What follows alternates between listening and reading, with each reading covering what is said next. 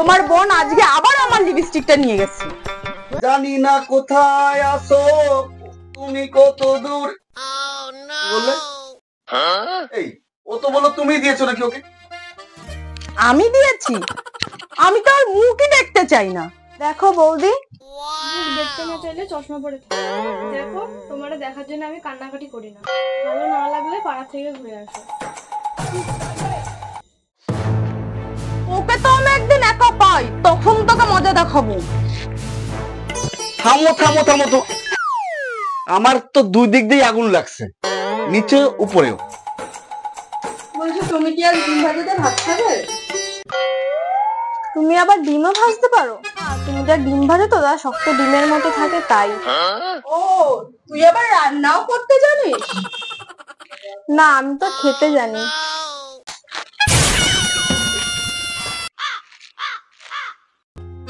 ঠিক আছে, কাল থেকে তুই রান্না করবি, আমি বিশ্রাম করব। আমি খাবো। ঠিক আছে, তাহলে তোমার বরকে আগে আমার ট্রেনিং দিতে হবে কিভাবে আমার রান্না খেয়ে বাঁচতে হয়। সারা জীবন এই নন্দনদেরকে আমাদেরই সহ্য করতে হবে। কোথাকার 2 ফুট 2 ইঞ্চি একটা গেড়ে মাছ সারাক্ষণ আমার সহ্য করে যেতে হচ্ছে। প্লিজ তোমাকে ভীষণ অনুরোধ, তোমরা দুজনের বন্ধু করে নাও না। শোনো, আমার সোনা লুলু পুলু, একটু বন্ধু করে নাও তোমরা দুজনকে। আমি আর ও বন্ধু?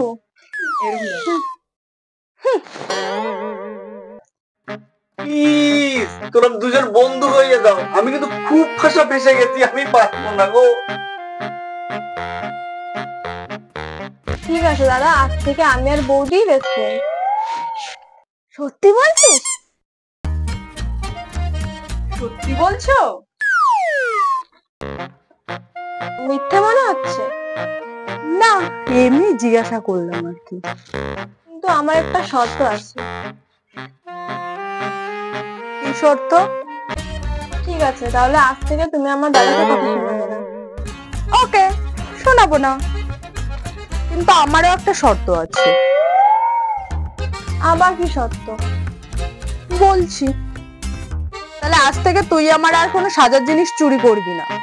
ওকে।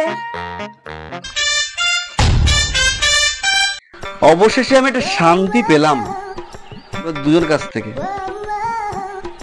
এই, তুমি কি চুপ করো? আরে ছিল তো দুটো, এটা কোন জায়গায় গেল আমার?